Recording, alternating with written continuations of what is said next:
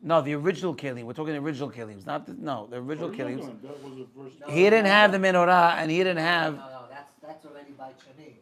No, Hashverosh was Rishon. Hashverosh was Rishon. And by the way, since we're on Purim, we should go over the timeline. You did right or no? Go on and see if it's working. It's all good. 5,000 people watching right now. What do you want? It gets recorded. By the way, you'd be surprised. Mordechai will attest that people watch this later. Yeah. By the way, live, not only anyone really watches it live. I think it's great. No one watches it live. The shorts are cool. That's what you let's see. Monday 10 o'clock. Monday 10 o'clock. Yeah. I didn't get what you're saying. So Okay, it says, let's focus. Right, so they had him in Mishteh with the Kilim with Rishon. Rishon, Okay, but they didn't have. But the main kelim, the aron was hidden. They don't have the aron. Aron is not a Kli. That's true. But the kelim were hidden. He says kelim b'kedushaten. I don't know if you look at Menachot, it'll tell you. If you want to look it up, hold on. I have it over there. If you want to check, I have it right there. You can look. We'll look at it after. What? Because it says what he hid. It said what he hid. Oh, Okay. So those are still standing, but the bayit was destroyed. Why was the Beit HaMikdash destroyed?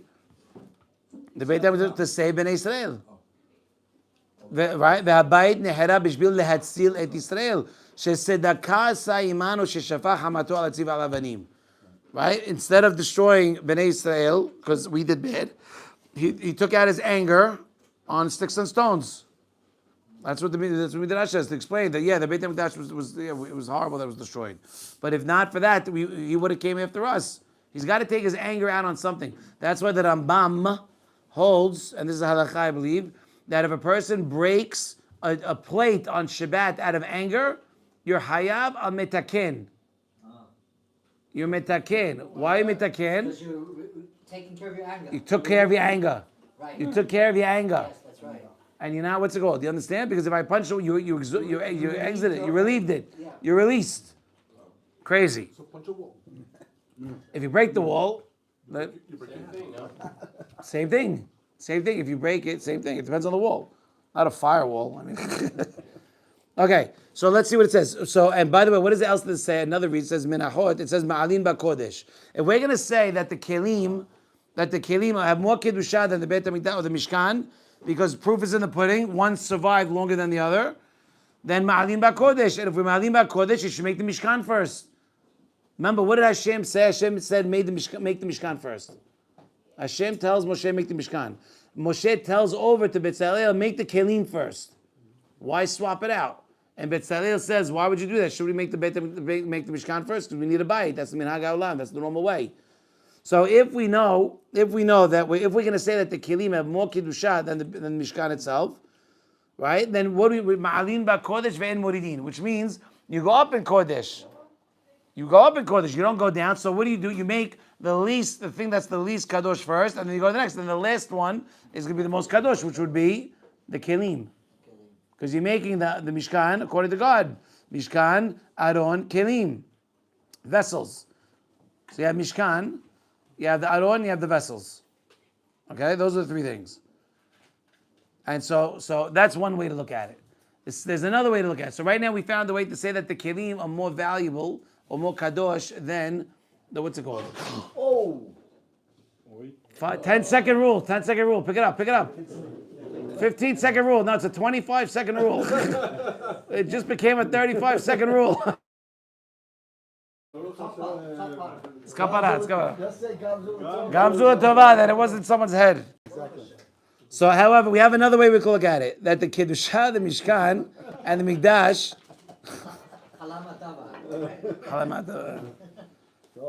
so by the way, I'm giving you guys something crazy here. To say that the Kelim are more valuable than the Mishkan itself is crazy. You don't find that crazy? Because the Kedusha still exists in the location. Even now there's Makom Kadosh. Yeah, but to say that the Kelim, one is more, what's it called than the other, is crazy. To say that the Kelim are more Kadosh than the Mishkan is something heavy to say. There's a halacha, I think in Megillat Esther, or the Gemara in Megillat Esther, where it speaks about the Knesset. It was about the Knesset. Israel Megillah. and in Bavel. The Knesset in Bavel has you build the Knesset on Tanai. The Tanai is that you're allowed Rebuild to, it once we. No. The Tanai is you're allowed to do anything. You're allowed to do things other than, in addition to davening and learning in the Beit Knesset. You're not allowed to eat. You're not allowed all that stuff. You build the Knesset. You build the Beit Knesset on Tanai. You're allowed to do kiddush. You're allowed to do all different other things. And you have to chulim. In Interesting. Israel, you're not allowed to move the Beit Knesset. Whereas in the Chutz La'aretz, you're allowed to. You have to build it first, and then you have to build the bit. The reason I'm saying this is because Not in the the front. ground where the Beit Knesset was is still kadosh. Bring that up. Because the ground in Eretz Yisrael, the kedusha, still there, even though it's destroyed Right. or been Destroyed. whatever. So the kedusha is still there. Now and so. Which basically means that since it's there, so it would have a higher value. Right. It might be right. So there's a room to say that the Mishkan has the higher value more than the Kelim itself. That's what I'm saying. So then we're going to say that now. Go to Shiloh, it's still there. The Mishkan is not there in Shiloh. Makom is it? The one is there. Did they say there is no? No, they said there is none. I think they said there is no Kiddusha in Shiloh now. Something there. Oh, No, we're going to say that now. Hello. Yosef, we're going to say that now. There's no Kiddusha in Shiloh now. Because the Shekhinah did not reside until the Beit HaMikdash, right, until the Beit HaMikdash was built. By the way, look what it says. Umnam misad acher gedula kedushat hamishkan ve'hamikdash. You could say that the Mishkan and the Mikdash have a higher kedusha. Why? Because we had the Mishkan. Where was the Mishkan? In Nov, Giv'on, and in Shiloh. Right? Shiloh was the longest, 369. Shiloh sharata sham Shekhinah. The Shekhinah did not reside there, right, until the Beit HaMikdash was actually built.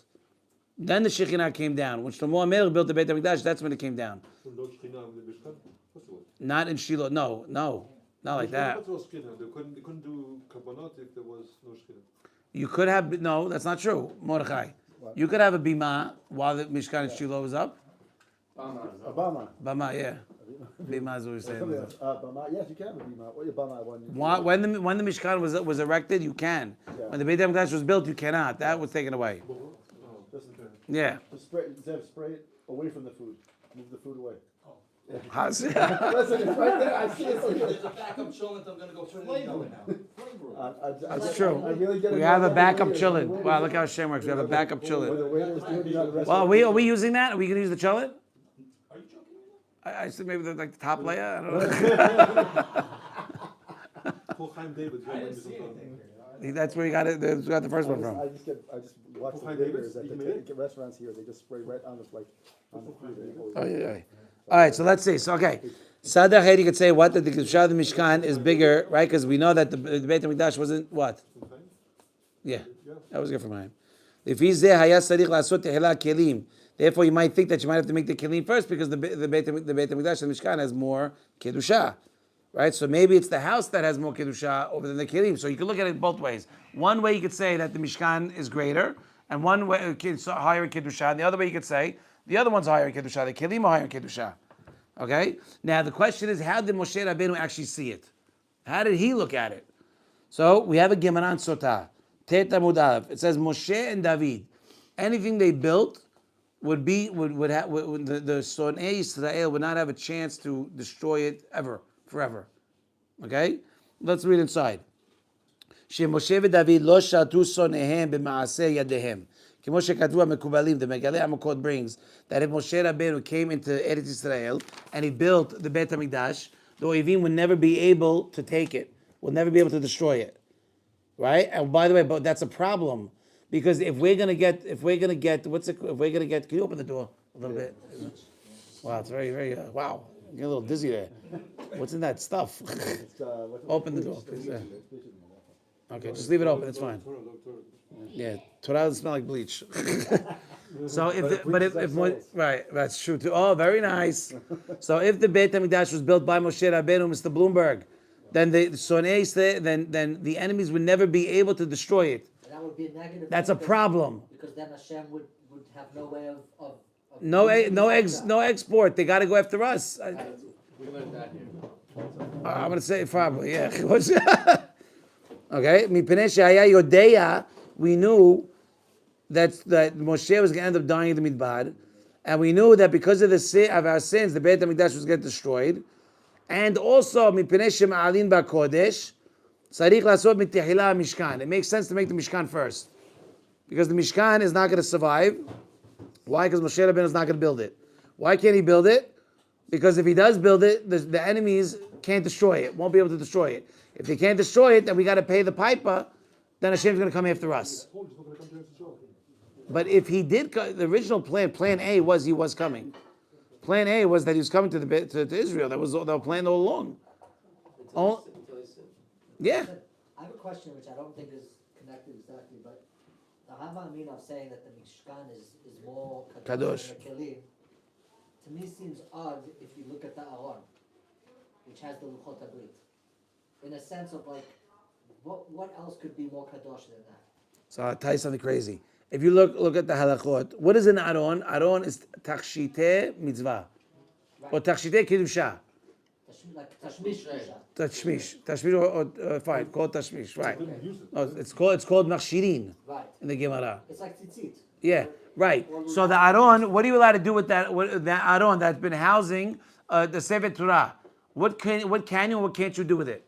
Okay, so you're comparing the Aron. So the Rambam actually lists the order, what you're allowed to, what you're not allowed to do with each item. Right. Megillah says that. We went once a year. Megillah, what? We went to once a year. Didn't do anything with it. It doesn't matter. How? You might assume because it housed. Anyone that touched it died.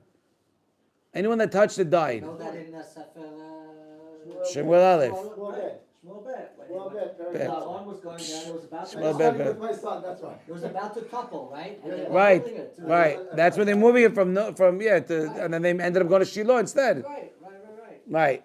It's crazy. So the question is, so again, if Moshe Rabbeinu builds it, it can't get destroyed. If it can't get destroyed, Sasha, then we're in trouble, because if we have sins, then we can't pay for it. Then Hashem's coming after us. No collateral. If God forbid something goes wrong, you take the collateral, God forbid. Okay, but they don't come after you. It's not the mob. You know what I mean?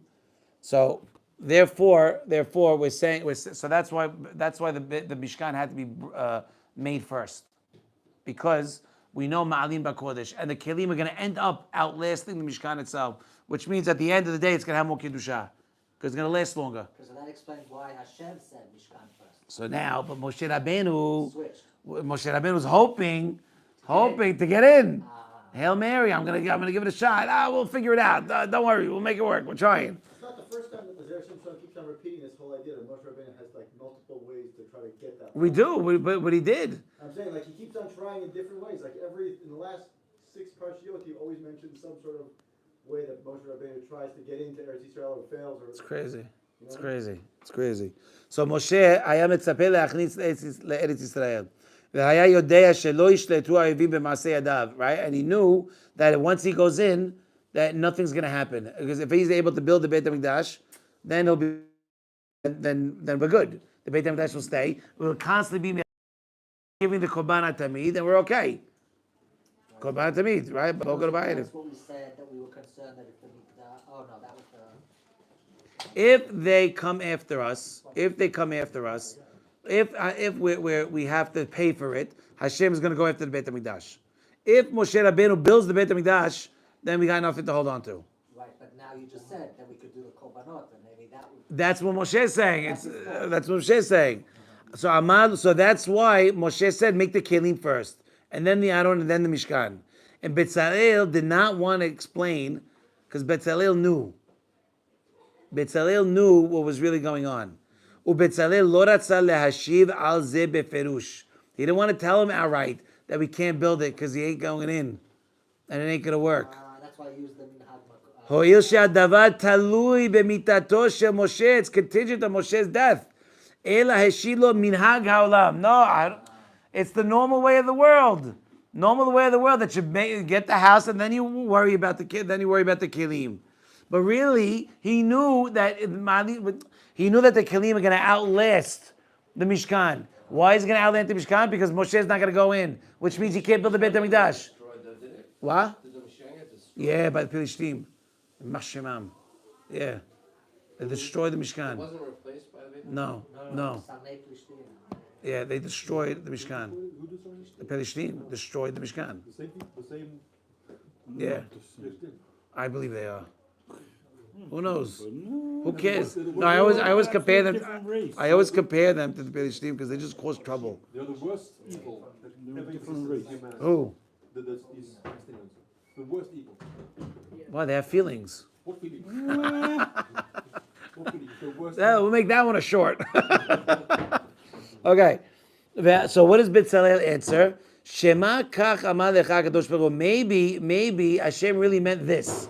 Maybe when he tells him make the kelim first, then the Aro, and then the Mishkan, maybe Hashem really meant that you should make it the other way. That's what Bezalel answers. Kilomar, to explain, Minan lach Hashem Mishkan hayoter hamur. How do you know, or makes you think that the Mishkan is more hamur than the kelim? Maybe the kelim are more kadosh than the Mishkan. You understand? Meaning, if he knew that, because if you don't say this about Bezalel, you have a real problem. Moshe says one thing, Bezalel says another thing. Bezalel, because he's Bezalel, knows what Hashem really wanted. But you must say this whole dialogue is really going on, because if you don't, then what gives Bezalel the right to question Moshe Rabbeinu? Moshe Rabbeinu says ABC, that means do ABC. Doesn't mean start doing CBA. Who told you? No one told you nothing. Do what you're supposed to do. It's kasher, right? Ma kushya hizo. What could he say? The minhag haolamu is the opposite. Maybe it's gezerat makom. Maybe Hashem commanded. Where else do we see kilayim? Bigdei kohanim is all kilayim. But you're gonna say no. Maybe are you sure he meant kilayim? Maybe he meant wool and kine. How do you know it's? Because the kelim were made, or the begadim and the kohanim were made from kilayim. So, right.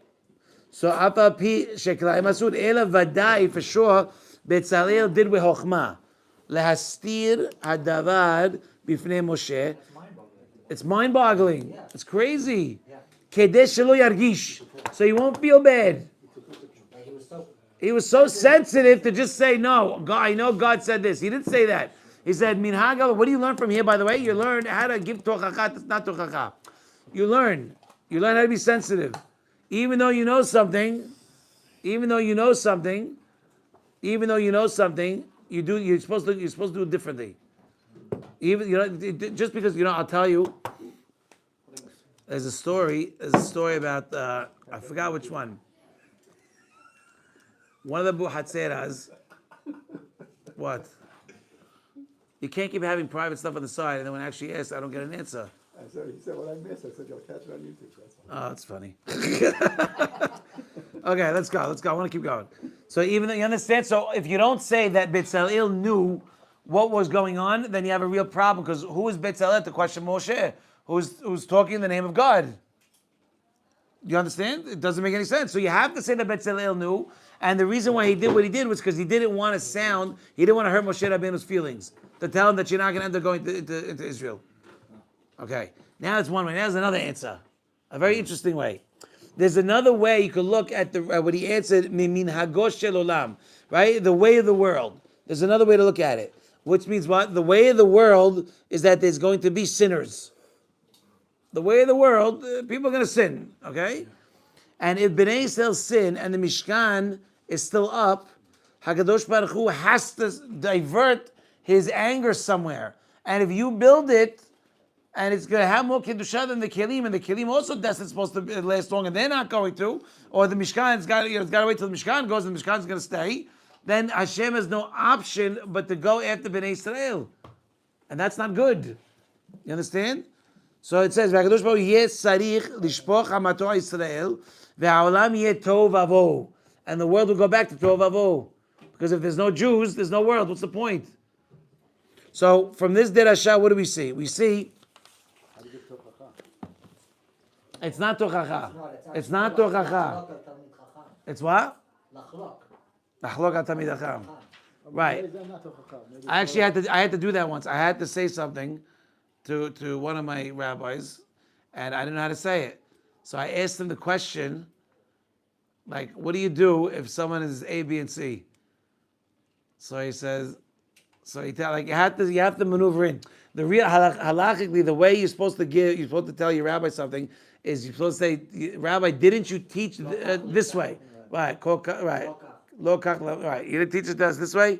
meaning you have to. It's a sign of respect. Betzalel over here had respect. Why he could when he hears that Moshe Rabbeinu was saying, build the kelim first, then make the mishkan. Hashem told him the exact opposite, mishkan then the kelim. But he didn't want to hurt Moshe Rabbeinu's feelings, even though he knew that Hashem said make the mishkan first. Why? Because Moshe Rabbeinu was hoping to make the kelim first, in order to show that the mishkan has higher sanctity than the kelim, which it would stay, right? And if it would stay, then I'd get to go in and everything's gonna be fine. But Betzalel knew that the kelim are gonna withstand at the end, but the bayit is not. And we know that we need the bayit not to stay, as crazy as that sounds. You hear that? We'd rather have the bite destroyed than the killing and destroyed. Than us. Us. Than us. To be right. That's why Hashem had to put his anger on Atzim ve'Avanim. Okay. So that's the derasha. All right. So now let's go. No, it's one. I was three. Tet. You want the tet? Tet's a good. Let's do tet. I go to tet. I think you're supposed to stop that and start it again. Is that a problem? You're not touching it. Okay. Kelly's out. It's one, no cuts. Fair enough. All right. We have a midrash. Look inside. No, tet. Going right into the next one. We have midrash that says Vayasu kol acham lev. Hadahu dichtiv ma'im rabim. All right. So the midrash compares what it talks about. Don't forget this parasha is all about the Mishkan. What to bring? It starts out with Shabbat Vayakhel, and then it goes. The whole thing is all about the kelim of the Mishkan. So who are the ones that made the kelim? Betzalel and Aholiav. Betzalel and Aholiav. Well, who was from which one and who was from which one? Right. Very good. Very good. The lowest of the Shevatim. Because he wasn't born from one of the wives. Was born from Zilpah, and Betzalel was from Yehuda. Very good. So you have one of the high ones and one of the low ones. Why? For two things. To show that all. Right. She's the best. To show that all the what's it called are on the same level, and also to keep Betzalel, make Aholiab feel better, and to make Betzalel not so high, because Betzalel can't say, "Oh, beauty," because you also got someone from the lowest Shevatim. That's what Midrash or the Gemara says. So the Midrash says, "Vayasu kol acham lev." It says, "Ma'im rabim lo yuchlu lechavot et ahava." Right? Shir Hashirim says, "Ma'im rabim." What does Ma'im rabim mean? Great waters. Very simply said. Lo yechlu lechavot et ahava. Cannot extinguish the love between us and God. Ma'im rabim. Who is the Ma'im rabim? This is the goyim. Right? The nations. How do we know? Because we have a Gezerah Shavan. Yeshaya kahamot yamim yehemayun. Right? Like the seas are the nations. If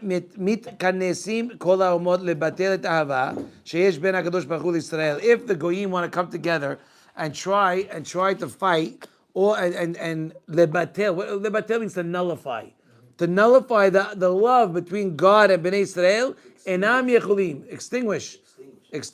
They cannot. Dichtiv ma'im rabim lo yichlu lechavot et ahava, because what Shmuel Melech wrote Shir Hashim. Even if they try, it ain't gonna happen. Right? And now the Midrash continues and brings a pasuk in Malachi, who says ve'ohav et Yaakov unharot lo yishtefuha. Right? The pasuk ve'ohav et Yaakov, the loved ones of Yaakov, and the Midrash connects that with what? Then the neharot cannot wash us away. Of the pasuk, right? Very good. It's Shir Hashim.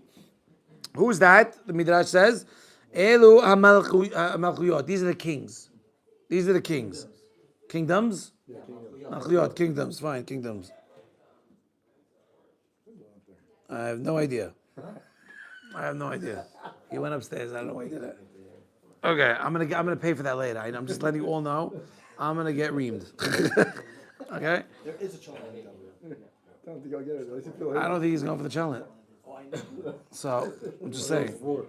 As I said, I'm going to get unless by any miracle Stephanie's watching or listening. Okay, it doesn't matter. She listens. All right. The pasuk says et me'anahar. So, but huh? Oh, his daughter's up there. Oh, it's fair game. That's fine. Okay, so they're the malachim. Listen, back here, back to reality. So again, we have the midrash that says vayasu kol acham lev. Vibrating. It says vayasu kol acham lev. Right? It brings the pasuk ma'im rabim lo yichlu lechavot et hava unharot lo yishtafuha. So it breaks it down. It says who's who. It says all Ma'im Rabim are the Goyim. The Goyim, if all the nations try to come together and extinguish the love between us and HaKadosh Baruch Hu, they won't be able to. Right? And the continuation of the Pasuk, Unharo lo yishtefuha, is talking about the kingdoms. That the kingdoms themselves will not be able to wash us away. Like who? Like Melech Ashur, like all these other kings that tried to remove us and tried to kill us. Now, there's a very good question, is how would you think for a second, the word in the Midrash is very strange. Why would it say that the nations would be able to extinguish the love? The love is not physical.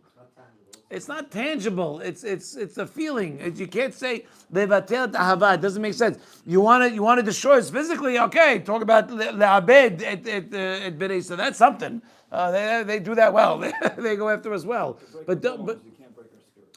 you can't. Yeah, but why would they be right? So why would they not say that you're gonna ruin the love? Don't talk about love. Talk about gufani. Talk about who we are. Right? ובשלמה אם היה אומר, אם מתכנסים כל המות לאבד את ישראל חס ושלום, ניחא שפיר, it makes sense, שזהו דבר שהיה יכולת בידם, that's something that they could try to do, which they do, בכל דור ודור, עומדים עלינו לכלותנו. That's nothing new. We know they have the chance, but why is the Midrash going? Right? The wording of the Midrash is strange. Right? אם לא, מחמת הקדוש ברוך הוא, לא שבק ולא ישבוק.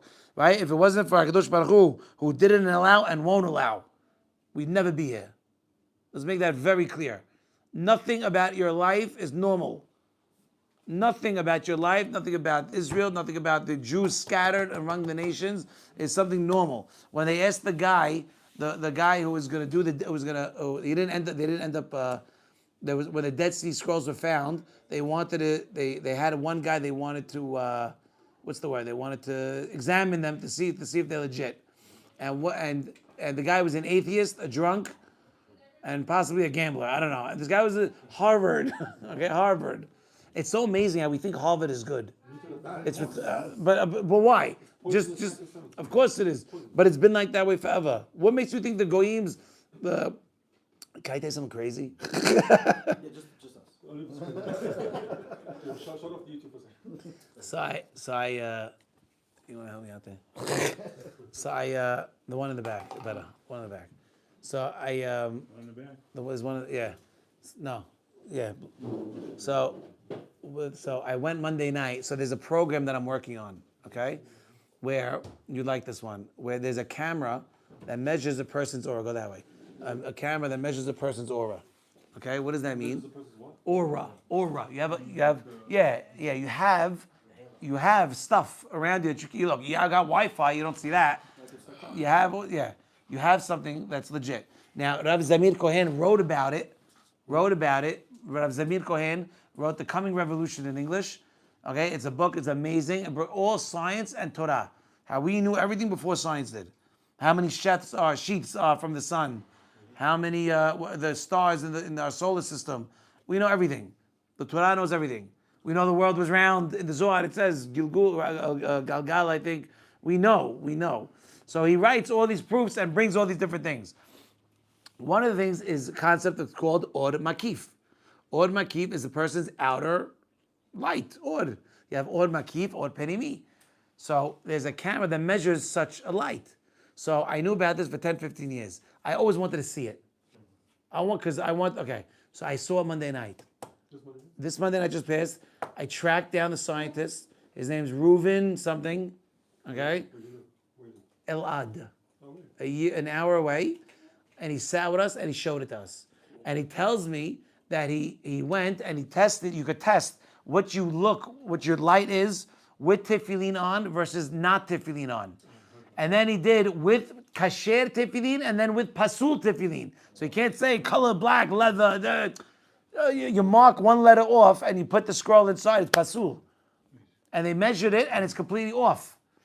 He told me that $5,000. I'm taking donations because I'm trying to buy it. So careful what you wish for because I need help. So he tells me. We have the idea that tefillin doesn't have to be like it has like a chazaka of being kasher. No, that's why you don't have to check it. You have to check it. You have to check it. He's saying he purposely put something in puzzle just to know, just to show you that it's not just like a stomach thing. So he There's purposely. a thing, right? If you wear it Yeah, every yeah, day. once you- Yeah, no, I don't know. You don't check your tefillin once every 3 years. You check your mezuzot once in 3.5 years. But Tefillin either way, you don't have to, as long as twice you in know 7 that you're years, so 3.5 every 3.5. The tefillin you don't have to check, right? It has a fuzz like that. So the tefillin, if you have hazayah, you don't check them because it's not good. You open them, the air and moisture. So now, so he tells me that he got 1,200 atheists, not Hilonim, atheists, to put on tefillin and do this experiment. 1,200. So I tell him, where'd you find 1,200 atheists? So he looks at me with a smile. He goes, university. Emet. I saw it myself with Netilat Yadayim, Zev. Monday night, I went with Asapa, led my friend. We went together, and we through the whole thing. He gave us 45 minutes, and then 13 of those 45 minutes he was on the phone, and he had to leave on the dot. He was very busy. Now we measured the thing. You put your hand on it, it's the camera, the whole thing, and then he tells him, "I go do Netilat Yadayim, go wash." So how? Go wash. 1, 1, 2, 2, 3, 3. Comes back, all the numbers improved. Wherever he was holding, because it separates your body, mind, soul. I don't know. So the problem is I have to learn this. Because I wanted to buy it. I need to know where to buy it, which he approved it. But he's not going to show, you can buy it, $5,000. Okay? I'm taking donations because I'm going to try to buy it. I want to go to high schools. And I want to show kids the importance of tefillin, and importance of netilat yadayim, and importance of tzitzit. Why? Why they'll give me the money? You understand? I want this. Why? Because I want to be able to show everybody that there's something that just because you don't understand it doesn't mean it's true. There was one, so he told me it works 9 out of 10. Because you don't see it with your naked eye. With the tzitzit, with the tefillin, he says it works 9 out of 10. He goes, what's the reason? So he goes, there's a reason, but you have to figure it out. I go, what do you mean? He goes, one time, they brought me 10 guys, and one guy didn't show a difference. And they asked, why isn't it working? So he goes, I don't know. So I go, come back tomorrow, go change your clothes and come back. Turned out the guy had some geshtufel on him or whatever, and it says in Shulchan Aruch, if you have so'ah on you, the tefillah don't go nowhere. The tefillah doesn't go anywhere. He had some stuff on him. It was dirty. It was dirty. It was soiled. So that's why it didn't work. Another time, one rabbi sent 4 avrechim to him to test it out. Okay, and 2 of them it worked, and 2 of them it didn't. He said, go to the mikveh, and want to see what the effects of the mikveh. So he goes. So 2 of them showed that the numbers improved, and 2 of them didn't. And they kept pressuring him. Why didn't it work? Why didn't it work? Why didn't it work? Because I'm sorry, numbers didn't work. I couldn't tell you. So they start clapping. 4 guys start clapping. It's why? Because those 2 didn't go to the mikveh. They tried to sketch. They tried to fake out. It was Monday night. I was there Monday night. So I'm working on a whole package. I want to try to, but I have to buy the thing. I got to work it. I got to learn it. Experiments, Yoni. I need some guys. Cold plunge. What's cold plunge? Why is it important to know? What? Oh God, no. Why do you want to know? Because I want to take this. Yeah, I want to take this to high schools, and I want to show the teenage boys the value of tefillin. More than you know. What you think you know, you don't know. You think it's just the traditional thing that we do. You have no idea what value there is. It helps your body. It helps your mind. It clear the numbers. It's amazing, by the way. It's a whole thing. It's not so hard, but you got to spend time. But I plan on it. What does the device look like? It's a black box, connects with a USB into the computer, software on the computer, and this thing has metal balls, like half domes, and you put your hand, the whole hand, and you just put it there. And it measures, and it comes up on the computer. It's not a camera. Didn't you say camera? I did say camera. Because there's a camera. I don't know. There's a camera involved also. There's a camera, because you could look at it from here, or you could look at it on the camera. It senses you through your palm, like you put your palm on it. It senses the camera also. Yes, you put the palm and both. So anyway, let's continue. So we know all Hachmei Lev, they're the ones that made the Mishkan. So Mayim Rabim lo yichlu l'chabot, right? Oh, no way. Mayim Rabim lo yichlu l'chabot et hava. Who is that? You just missed, by the way? You just missed something heavy. You should have came 5 minutes earlier. Right? Boys, am I wrong? Come on. YouTube. YouTube, right? He's got the glow. He's got the glow on him. Right, we'll check him out Is later. that what you saw? This stuff? Similar. So, no, not that. I'll show it to you later. I'll show it to you later. So, Ma'im Rabim, we have a pasuk in Shir Hashirim. Ma'im Rabim lo yichlu lechavot et hava. That all the great waters cannot extinguish the love between us and God. Right? And then we say that the kingdoms won't be able to wash it away. Okay, Sarikh Yun, why would you think that the nations would be able to extinguish the love, to be nullify the love? Love is not physical. Talk to me that you want to shecht us, that's one thing. Why are you telling me that you want to extinguish that love? A person can love God till the last breath. Shimshon's question on the measures. Yeah, right. And also, and if it wasn't for Hakadosh Baruch Hu, who didn't allow him to do it, and still continues not to allow, right? That can't handle it. Omnam behava in makom l'svar. There's no sevara to say that the, what's it called? Oh, that's why he was on. That is. That there's no with love, there's no room to say that the goyim could try to be mevatel, the love between us and God, and extinguish by subjugating us. That doesn't make any sense. Physically, yes, and the only reason why they don't physically is because God protects us. The ot kasher, the last part of the midrash is also hard. Is why you tell me the kingdoms? What kind of kingdom is there without the actual ummah, without the subjects? You're saying the subjects are able to do one thing. Right, and then you're going separately and saying the kingdoms could do another. But what kind of king? What's a king without subjects? That you're separating them. To say that the people or the king, or to say them together. Why are you separating both? I don't follow that one. You have. The second one is why the Midrash says Malchuyot.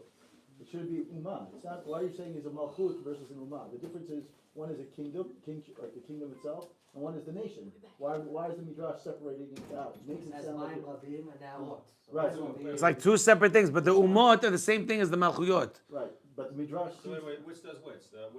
Which attacks the love of the Jewish people? Don't matter. They're both coming after you. It For says- this one, they're both coming after you. Right. The first part is saying levatel the love. Right. Right. That's the first one. That's the umot. That's the people. Right. And The then- Malchuyot, right, is like Melech Ashur. But what is Melech Ashur without the subjects? And they're all doing the same thing. The Batel Ta'ava. It's all the same thing. Why does he separate them? Why does he separate them? Okay? Now listen to this. V'yesh lomar. What is this love that we have between us and God? The love is talui in what it says in the Gemara in the beginning in Berachot Het Amud Aleph. Ohev Adonai Sha'arei Sion Mikol Mishkanot Yaakov. Mishkanot Yaakov. That where is God found after the Beit HaMikdash was destroyed? It's found in the place of Beit Midrashot and Batei Knesset that are learning halacha. He stays within 4 amot of people learning halacha. Ohev Hashem Sha'arim Hamsuyanim B'halacha. That are going, what does Rabbi Meir say? What does Rabbi Yehuda say? What does the Rishonim say? What does Harim say? What's Tachas? What do we do? What does Acham Avdiyah hold? Right.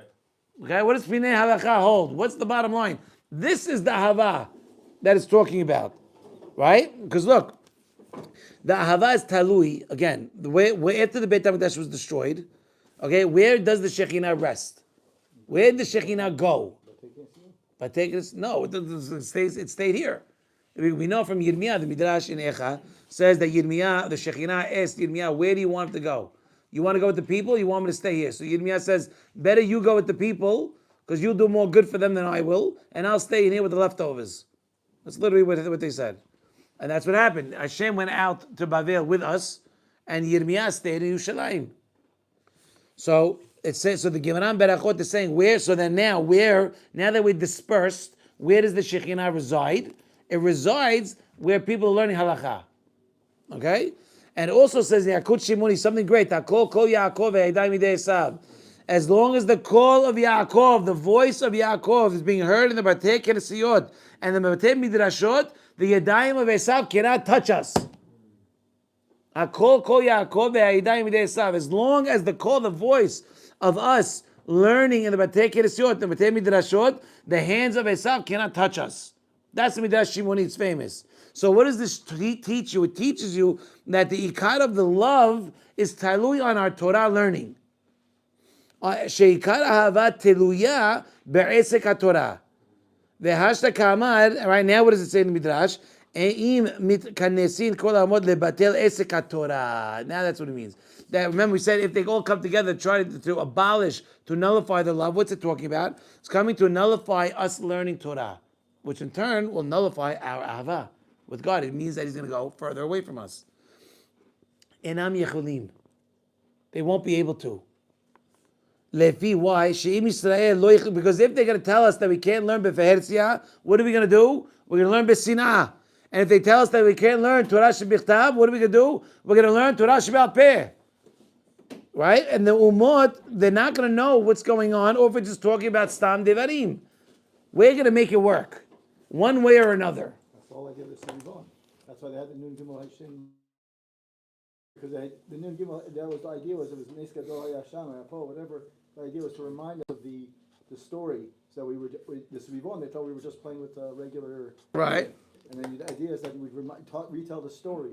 Like, in other words, even when they were oppressing us to not tell the story, to not keep the mitzvot, we had a way to do that. We had a way to do it. Other Unbelievable. places like to remind you that when you spin the thing, who's really in control? Hashem's in control of what happens. Right. So just to remind you that when you're spinning it, to remind you that's going on. Amazing. You know, that's what I said that to somebody this week. I don't remember that even the non-religious people in the Holocaust, when the Nazis, Yimach Shemam, tried to give us, non-kosher food on Yom Kippur to eat, they wouldn't take it, even though they would eat non-kosher, no problem. Why? Because it says no one decides who doesn't get when I don't get to eat kosher. Only I get to decide when I'm going to eat non-kosher, not him. Because if you're going to tell it when our back's against the wall, all of a sudden everybody becomes real religious. Right? Like the Midrash says, we said it last week. The Midrash says that Hashem says that if they're not going to make the Shuvah on our own, don't worry, because Hashem's going to beat it out of us. He'll make sure. Literally, that's what it says. That's a scary thing. It's also funny, but it's more scary. Person eats non-kosher on Yom Kippur, does he get 2 lavim or 1? Why are you going to Pilpulim over here? I don't know. That's a pilpul, it's a shayla. What? No, that's not true. That's not true. That's not true. That's not true. Which one is more hamud? Your hayab mita on Yom Kippur. I didn't ask what he gets for the onions, right? I asked It's what the hayab on price both. is gonna be. He's I asked hayab on- what lavin, like how many lavin he's over on, and why would you say 1? Because Yom Kippur is more hamud. No, I'm not saying one. Not because it's more chamor. Forget about the punishment for a second. Non-kosher food is ushered to him on a normal day. But on Yom Kippur, where all food is ushered to him, maybe non-kosher food, there's no lav. Because you wouldn't. Now come on. Where would you think that? It comes from I'll bring Kalva you a Homed. raya- I'll bring Go you a ahead. raya from Nevela. You can eat the gid hanashav in Nevela. When? Huh? You could eat the Gidan Hashem and Sure, Nevela. there's no isser to eat the gid hanashav in Nevela. Why? Because gid hanasha is only an isser when it comes from a kosher animal. But it's asur, no? The Hachamim. No. Right now, I can go buy Gidan Hashem from a Nevela. Yeah. Sure about that? Listen, I don't know what halachah might. I'm telling you, you're not. Telling you not. Also, why But- would you eat gid hanasha? It tastes like rope. I have no idea. How do you know? You gotta slow cook it. Yeah, that's the one. Slow cook. So, but And really, it did turn into pilpul a little bit. You're right. no, but to be if you do something Yom Kippur, you can be on 2 Lavim. Of course you are. If you drive a car on Kippur or on Shabbat, on Shabbat is one. No, that's not a good example. Eating is the only example, one of the only, because you're not right. You eat. Eating a nevela, non-kosher food, is asur to begin with, and on Yom Kippur is another one. But you get the more hamud punishment. They don't give you both. I think for both it's kares, so you actually just get kares. Eating. No, it's eating is the problem. It's not eating non-kosher is not the problem on Yom Kippur. Eating itself is the problem. But either way, the punishment for eating non-kosher food is kares, and the punishment for eating on Yom Kippur is also kares, if I'm not mistaken. Yeah, but So you can't get kares either way. You can't get. Cut it twice. No, but You can't get extra kares. no, you can't get extra cut You it. get kares, you don't. Okay, so let's continue. So what are we learning right now? We're learning that the ahava, the love between us and God, is contingent, boys. Is contingent on our Torah that we give, that we focus on the Torah. Okay, that's what's the most important thing. Okay, and if we can't learn it in public, you're with me. We can't learn in public, we can learn in private. And they tell us we can't learn bichtav, we'll learn b'al peh. That's how we got the haftarah, by the way. When did we get the haftarah? Where did that come from? Because they made a gezerah. You can't learn the 5 books of Moses. So on Shabbat, what do? We read the Navi that's associated or looks to the parasha. That's why every haftarah is similar to the parasha of the week. And what do we do? And so what do we do for that? So now that when the Gezel is Mevatel, you're not going to get rid of the Haftarah. So now we do both. Now we do both. The Gezel is you're not allowed to read the Hamisham Shei Torah. They gave a Gezerah, you're not allowed to read Hamisham Shei Torah. I don't know, ask them. They didn't want us to learn they didn't want us to learn the Torah. I see. That was not our Gezerah, their Gezerah. The Goyim said that. And what do we end up doing? So again, no problem. We'll learn Haftarah. That's what we did. We learn Navi. We learn Navi. Okay. The last Perek Pesachim, by the way, I recommend everybody to learn. The last 4 or 5 pages of Pesachim are delish. They're really awesome. 3 things that God loves, 3 things that God hates, 3 things that for a good marriage, 3 things for a bad marriage, 3 things that a guy is alive, 3 things that guy is dead. All these different things. It's great. Great Gemara. Really awesome. Okay, so at the end, on Kof Yod Bet, what does it say? Rabbi Shimon Bar Yochai learned 5 things from Rabbi Akiva. Now we know that Rabbi Akiva was Rabbi Shimon Bar Yochai's teacher. Okay, after 24,000 students died, he took on 5 students, some say 7, right? And who were they? One of them was Rabbi Shimon Bar Yochai, Rashbi. And you know, just quickly, there's so much to say. There's so much to say. I can go off on 2 tangents now, different ones. The first one is that Rabbi Shimon Bar Yochai in Rabbi Akiva, no one knew why the 24,000 students died. Okay, as they were all dying one by one, or whatever it was, nobody knew why. Rabbi Akiva didn't know why. Rabbi Akiva never discussed it until the Yerushalmi, I think in Berachot, discusses it and says what? And says that the reason why, he goes, I know you know that I had a yeshiva before. And I know you know that it was a very big one with 24,000 students. And I also know you know that all of them died. So I want to tell you why. And he says, because that they didn't respect each other. And Rabbi Shimon Bar Yochai took that very, very seriously. How do we know? Because if you open up the Zohar, what does it say? Haverim Yekarim. He always says, Haverim Yekarim, my dear friends. To always remind himself of the love that's needed among Jews. You understand? Remember, I told you I spoke to Rav Machlis. Remember Rav Machlis? You know Rav Machlis, right? In Yerushalayim. Should live and be well, and Hashem should give him a lot of money. I called him up one time and I said, you don't know Rav Machlis? He has 150 people by his house every Friday night. What do you mean, every Shabbat? Every Shabbat. Every meal. He doesn't own one piece of anything valuable in the house because everything was stolen.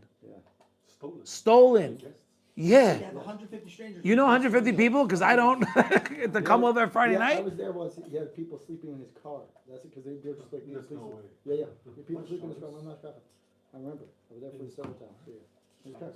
Yeah, he just like, if people need a place to stay, he's like, okay, take my car. It's insane. Crazy. People, and he spends so much time. So I had this question that I always wanted to ask him, specifically him. You ready? Sasha, you know this one. I told you this, remember? You know this one or no? Remember. I asked him, I go, Rabbi, how do you learn to like people you don't like? Admit, it's a serious question. It is a tough question, but it's a fair question. And I asked, so he goes, I go, and I continue the question. I say, it's not, to be friends or friendly or whatever, open the house to people that I know, all you guys, that's easy. Now you talk about some weirdos, it's a whole nother ballgame. To sit with them for 2 hours, to give them a little money and give them a little plate on the way to go, take it to go, very nice. To sit with them for 2 hours now? I don't know how. I want to know. I really want to know. He gave me 3 answers. Off the cuff, by the way. The first answer he gave me was, you don't know what this person dealt with. You have to remember that you don't know what this person dealt with, the whatever trauma this guy has for the last 30 years. You don't know what people are walking around with. You don't know. Second thing he tells me is that guy's got a mother that loves him. Meaning, there's love for this person in the world. Don't breathe so heavy. You got an aunt that loves you. I wasn't even thinking about my own mother. But You understand? There's some love. There is love for this person in the world, meaning that he has value. The third one was interesting. The third, Pirkei Avot, it says, what's the word? B'sevet panim yafot. You should accept haveh mekabel lechol adam b'sevet panim yafot. And I said, and he says, it says in Perek Shelishi the same thing, but he uses the word simha. You should have simha when you see people. So why does it say it twice? One in Perek Rishon, one in Perek Shelishi. Be nice to people, very nice. So he says sometimes you have to mekabel panim yafot, and you're not really happy on the inside, but you need to keep with the flow, with the idea. I want to get there, and I could say I've done it once or twice. Don't worry, nobody's here. Okay, legit. Like keep an exterior. Keep it exterior with the intention of making it interior. Interior. Right. Because sometimes it's not so easy, it says. Fake it till you make it. That's the first thing. The second thing the second tangent I wanted to say is that Rabbi Akiva was in, so I spoke in Jerusalem. Right, Jonah Brook came with me. I was spoken in Jerusalem to like a very great place, by the way. It's like a place for lone soldiers and Shirut Leomi people that are all in Israel, and they all hang out together. So they asked me to come speak. So I spoke, and I told them, there's a reason why I want, Rabbi Akiva, Moshe Rabbeinu wants to see Rabbi Akiva. Because he sees, when Moshe went up to Marom to accept the Torah, he sees Hashem making all the tagin on top of the letters.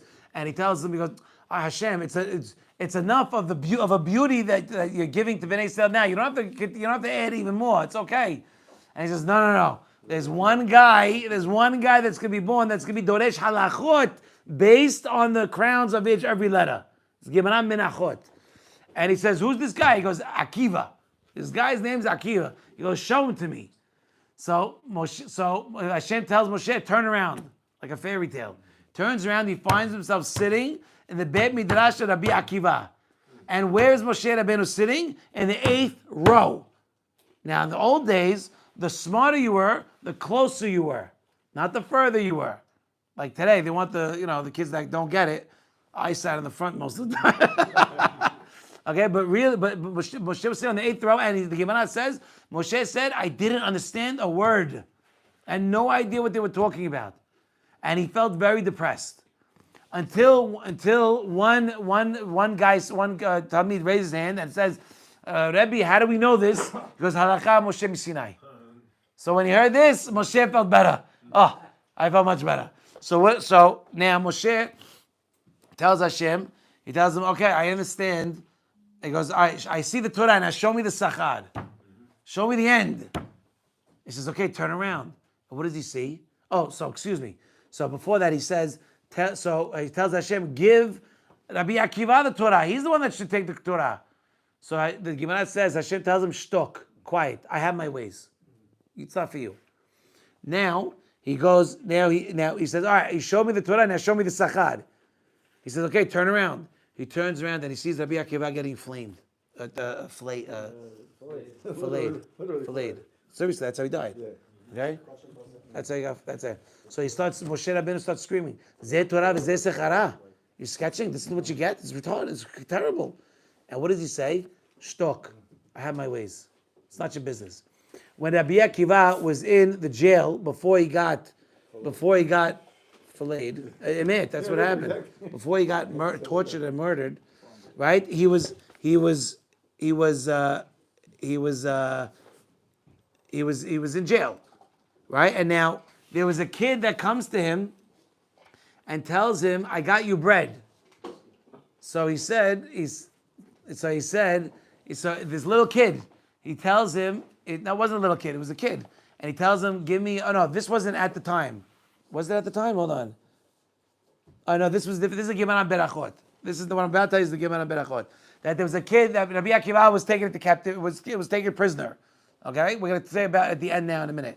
But he was taken captive into whatever, and he tells him, now this kid tells him, I brought you bread to eat, and I brought you water. He brought you water to drink. He brought him water to drink. And he says, I don't want to, he goes, so he takes the water and he washes his hand because he didn't do Netilat Yadayim yet. And he says, I gave you water to drink.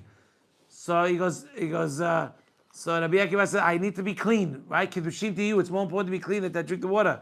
So he says, well, if you don't drink, I'm going to tell the authorities. So that, it's a joke. So the Rabbi Akiva says, so what are you going to do? Are you going to arrest me? I'm already here. So the Gemara ends by saying, and who is this kid? Rabbi Shimon Bar Yochai. Come on, it's amazing. You know that Gemara? It's great. Okay, so now Rabbi Shimon Bar Yochai learned 5 things from Rabbi Akiva before Rabbi Akiva died. Well, he's in jail. No, before he died. In jail. No, now. I said now. I jumped. Yes. חמישה דברים מרבי עקיבא כשהיה חבוש בבית האסורים. He was in jail. No, but this was when he was going to die. He learned up in the Gemara. Oh, it doesn't say what he learned. Yeah, this. By the way, that's the Gemara. That's Pesachim. He's taking out. If you look at Pesachim, it'll tell you that this is when he was, because what was he doing? Right? שרבי עקיבא עצמו כשהיה חבוש בבית האסורים היה יוצא להרג, when he was taken out to get killed, he was still working on the leap years to establish the following leap years so everybody would know what it is. Yeah. Iber shalosh shanim. Ve'ayin sham. So what does that mean? That even even if they're going to try to take us down, it's not going to work. Because even with Allah's breath, we're going to learn. How many people, remember, you know that story of the guy going to the Lubavitcher Rebbe and said, Rebbe, this religion is fake. It's all about money. So the Rebbe's like, why? And he tells them, because I was a survivor in the Holocaust. And in the Holocaust, there was a guy that had tefillin shel yad. And he charged everybody a piece of bread in order to go down just to say, right, lehaniach tefillin, and for his piece of bread. You guys are all fake. He goes, yes, you're right, that's horrible. But he goes, I have a question. He goes, yeah. He goes, how many people gave up the bread? How many people were willing to give up the bread to put on tefillin? He goes, oh, a lot. He goes, Torah is not fake. There's mesirut nefesh. And that's exactly what the Midrash is saying. That even if they're going to try to take us, it ain't going to work. Because no matter what, we're going to prevail. One way or another. God will beat it out of us if he has to, but he's going to get it out of us. And we're all going to come back to the Torah. Rabbi Akiva, even when he was going out to die, he was already working on, and by the way, when he had his last breath, what was his last word? Shema Yisrael, Hashem Elokeinu Hashem Echad. And his Talmidim said, well, Rebbe, it's not the time for this. He goes, my whole life I'm waiting for this. My whole life I'm waiting to die on Kiddush Hashem. You can tell me no? This is it. Right? And by the way, and how did he get there in the first place? Because the Gezerah, they can't teach Torah in public. And what did he do? He taught Torah in public. Right? That's the end of Berachot. That's the last page of Berachot. כמו שהוכח על זה רבי יוסף בן קיסמא לרבי חנינא בתרדיון בפרק עבודה זרה.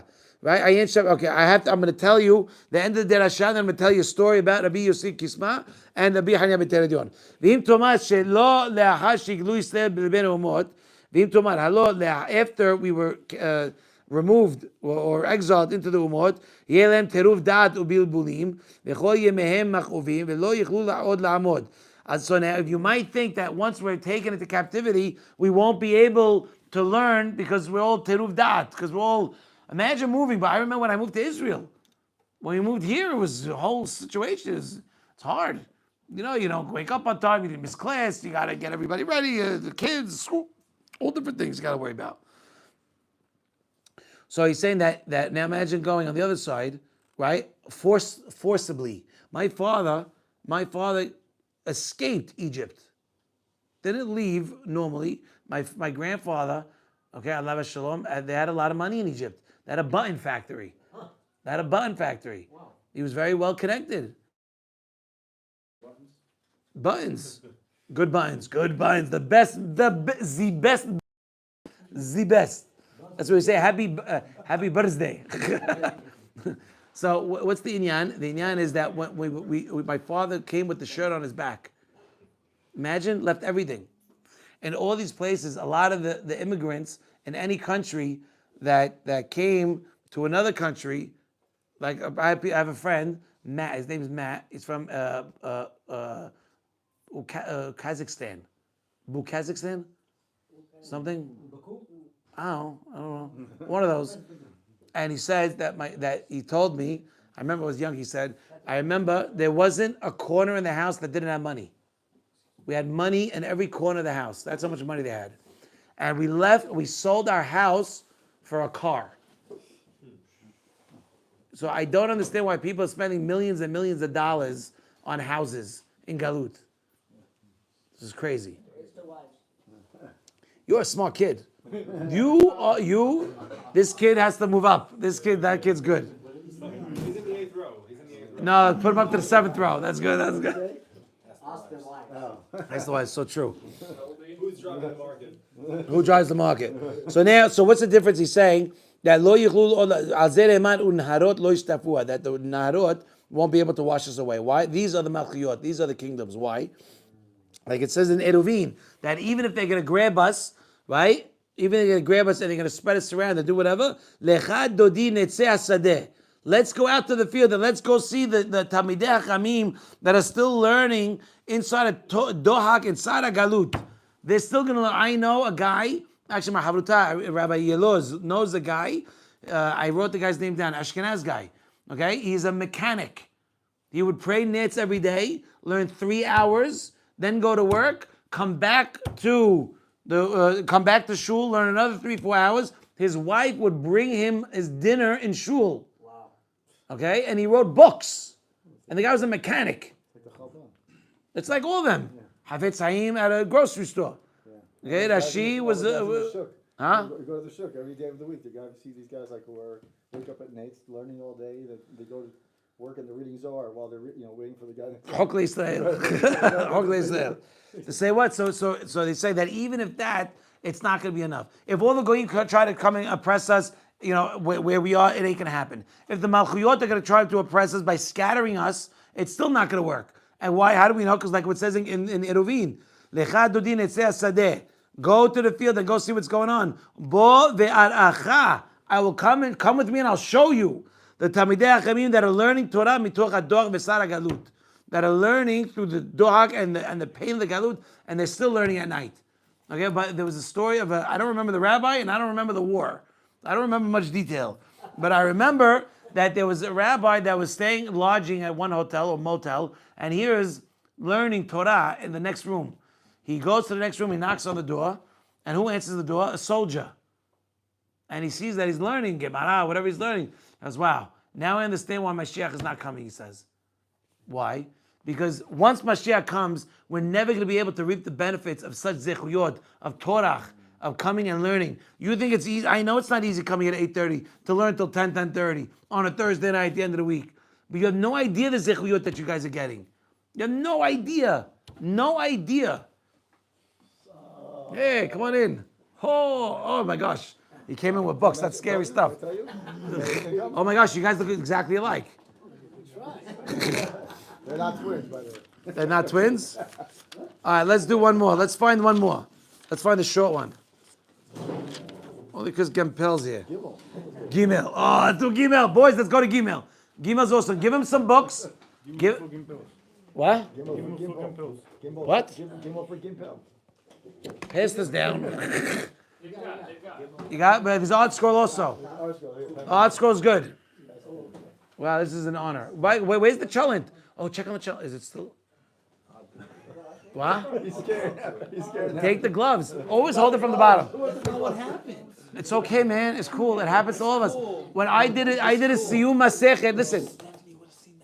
Oh, we did. Yeah. Sure, we all would have been. This place would have been filled with blood. All right. No problem. I won't say nothing. I said only if she listened. If she listened, then we're both in trouble. I'm just saying. So look. So when I had, I'll tell you quick. When I had I did a Siyum. Okay, I did a Siyum, and I bought a big mazah platter. Okay, $400 worth of mazah, and they Ubered it. They send it in. I pick it up, and it's giant. I picked it up from the top to put my hand under it to hold it. You're supposed to hold it from the bottom. The whole thing falls out in the street. Okay, and I start screaming in the street, no! Literally out loud in the street, no! I'm like, all right, fine. But I go inside. I'm like, what am I supposed to do now? This is crazy. There was 50 people in the house 2 months ago. 50 people in the house. So what do? I call them up and I say, listen, you really need to package it right, this and that. Okay, yes, no, maybe so. They says, well, we're going to make a new batch. We'll send you a new one. Beauty. Now what happens? Now I'm waiting for my father to come, so I want to start the stew, but I don't want to do it until he comes.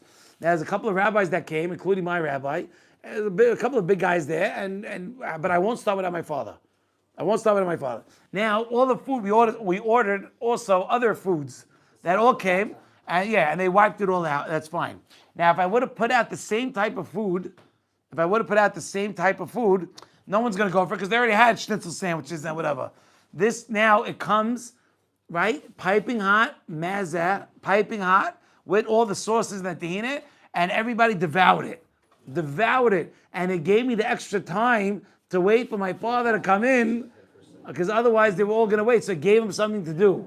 So you see how Hashem works, $416, okay? Wow. This week's parasha starts, we're talking about Shabbat. It says, Lo teba'aru esh b'chol mashvotechem. Gipel, you come here, you start talking to Zev. So I don't care if you're new friends, it don't matter. Very nice. All right, nice to see. So go to get both of you. I got to ask him what he says on Besamim first, and then I'll tell you which one I like better. All right, so go to Gimel. Lo teba'aru esh b'chol mashvotechem. Rambam is posek in Hot Shabbat. He says the guy gets stuck in a desert, and he does not know when is Shabbat. Okay? He doesn't know when Shabbat is, right? What does he do? Now let's say you're in the desert and you don't know which day Shabbat is. You count 6 days, right? And Mekadesh Shevi'i. You count 6 days, and because you have a halacha, Shamor v'Zachor. Shamor v'Zachor. You have an obligation to be Shomer and Zachor Shabbat. How do you Zachor? How do you remember it? Mekadesh the day. That's why Mikadesh the day. That's why it's very important that at night is Deoraita. That's why if you have people coming to your house, some of them will say Kiddush on their own. Okay, which by me, I offer all my guests that come to me Friday night. Okay, do you want to say your own Kiddush? No problem. And okay, if not, I have them in mind. You have to be in mind and all that stuff. But Rambam says, let's say you're now stuck in a desert and you don't know what day it is, which by the way is possible. How do you know it's possible? Because sometimes even with all the technology we have today, I don't know what day it is. So don't tell me in the desert that you don't know, that it's possible you don't know what day. So let's say you find yourself in the desert and admit you don't know what day it is. If you don't know what day it is, you don't know when Shabbat is. If you don't know when Shabbat is, what do? So he says you count 6 days from today. You count 6 days from today, and on the seventh day, you mekadesh the Shabbat with wine. Okay? Now, and every day that you're in the desert, right? Even the day that you're mekadesh and you did Havdalah, which is also a deoraita. Havdalah, by the way, you know the source of Havdalah? Amazing. I looked up, where does Havdalah come from? It's a Safek deoraita. And we hold it's deoraita. Why? Because just like you have to announce that Shabbat is here, you also have to announce that Shabbat is leaving. It's an amazing thing. It's a Gemara. I never learned it in my life till like a month ago. So cool. Really, really cool. So he says that you make including the day that you can do Kiddush and Havdalah, Melacha, only what you need for that day. So that means if I don't... You would think that you shouldn't be able to. Well, if you're going to be Mekadesh and make your own Shabbat, you would think that that's shouldn't right. be Right. But we're saying that even on this day and all 7 days that you're stuck in the desert, since you don't know what day it is, which means you don't know when Shabbat is, you now have to, assume that today might be Shabbat. If today might be Shabbat, I might not be, but since it's Safek, I don't know if it is or if it's not. What do? You're allowed to do minimal avodah, just what you need for that day. Okay? Mutar lo lasot kede panasato bilvad. Kede shelo yamut. Because God don't want you to die. V'zehu lo teva'aru esh bechol moshevotechem b'yom HaShabbat. What does that mean, bechol moshevotechem? The moshevotechem that you know. You know where you are. What does a moshav mean? Moshav means where you are. It's a moshav. There's people, there's a community, there's houses, plumbing, hopefully. כלומר, בכל מושבותיכם, אי אתה מבעיר ביום השבת, דהיינו כשאתה מבעיר ביישוב. אבל אם תהיה במדבר, if you're going to be in the desert, אז תצטרך להבעיר אף בשבת כדי פרנסתך, in order to sustain yourself.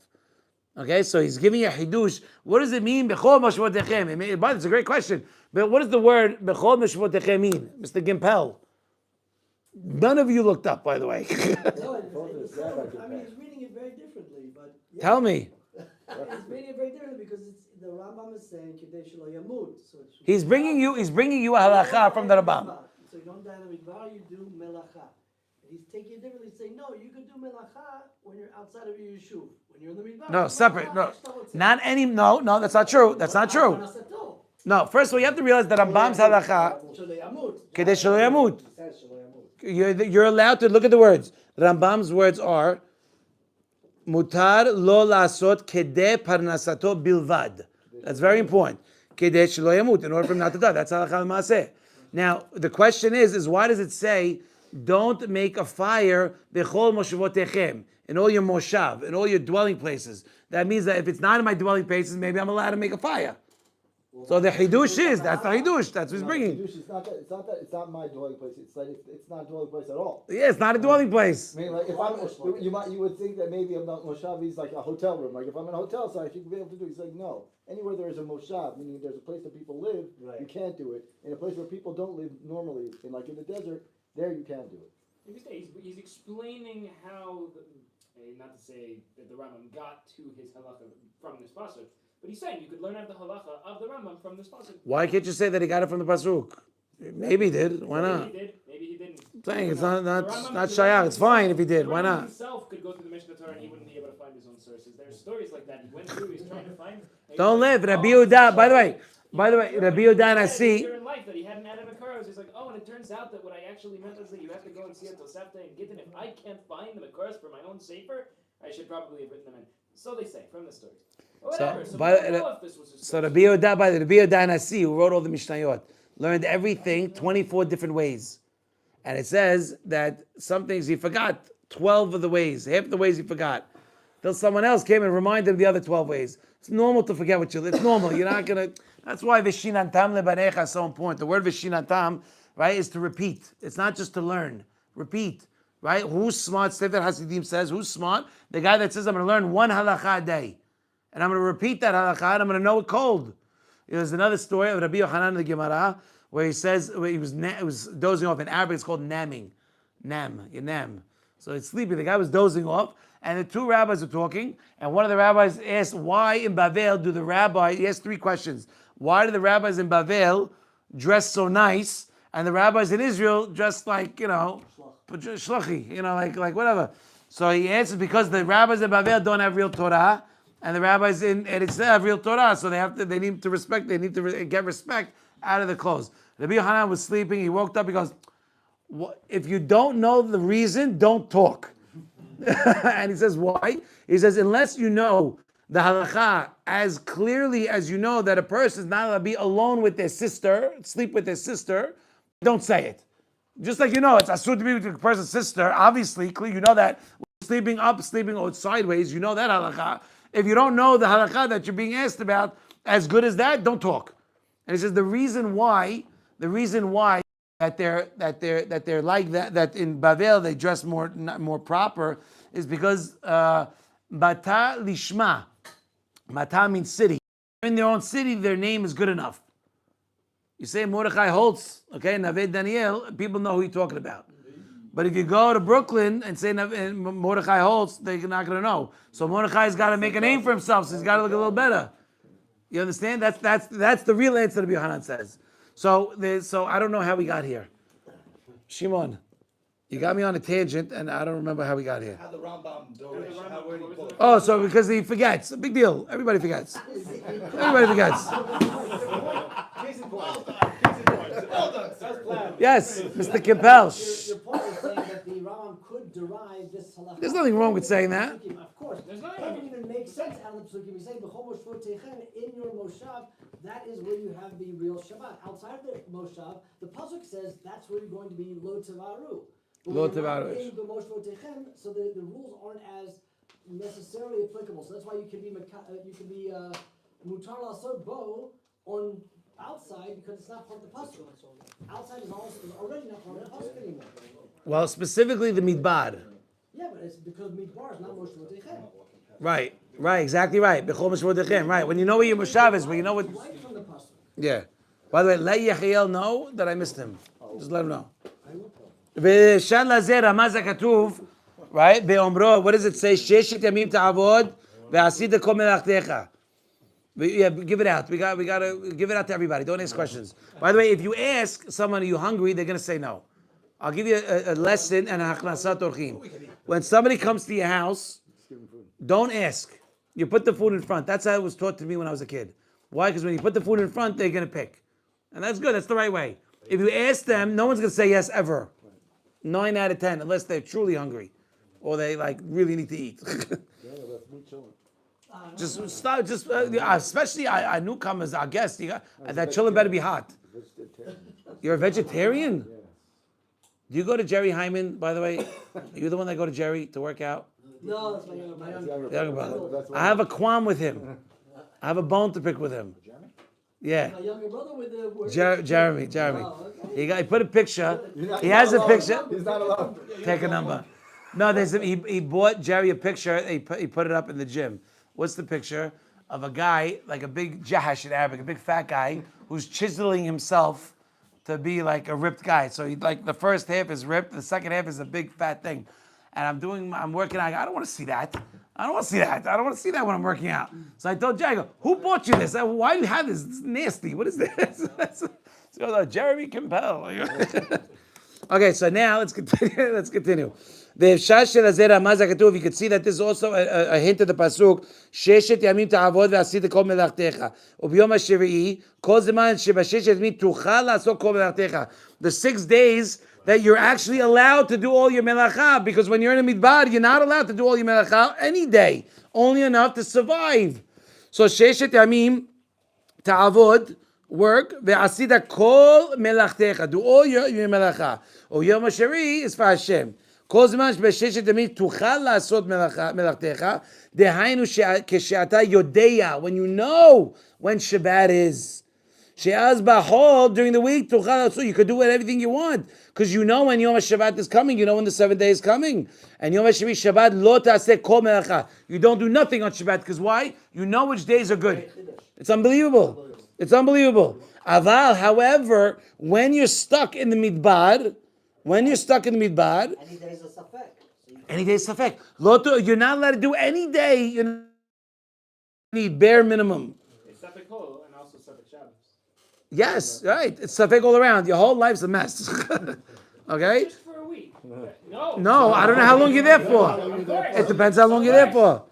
אבל כשאתה במדבר ולא תוכל לעשות בששת ימים כל מלאכתך, רק כדי פרנסתך, when you're only allowed to do what you're allowed to do, אף ביום השבת, אף ביום השביעי, לא תוכל לשמור, you can't fulfill the pasuk, לא תעשה כל מלאכה. Because you don't have that option, because you didn't have the first part of the thing either. Yeah, just give it. Please just give it. So Charles, mashma in this though, let's say that you have someone who survives a shipwreck. All right, don't give him. You have someone who survives a shipwreck, he lands on an island, he's alone on the island, he doesn't know what day it is. That's the halakha. But he's there for a year, he's there for 2 years, he's eating coconuts for 4 or 5 years. What? He has to do the bare minimum malacha? Why not? Why not? The whole time? First of all, I don't think he's establishing a society by himself anyway, so I don't think you have to worry too much. He's not doing that much anyway. Only that one day you have to be limiting your malach. No, Rambam, every one of the 7 days, because you don't know if it's a safek, if that particular day is Shabbat. Might be Shabbat, you don't know. All 7 days, you're allowed to work on that day that you're establishing Shabbat, but all the other 6 days also. Just in order for your parnassus. You make Kadesh and Havdalah on one specific day. But all the entire week now, you can only do what the survive, because you might have a safek, maybe that day. Yes, including that day. But that's crazy.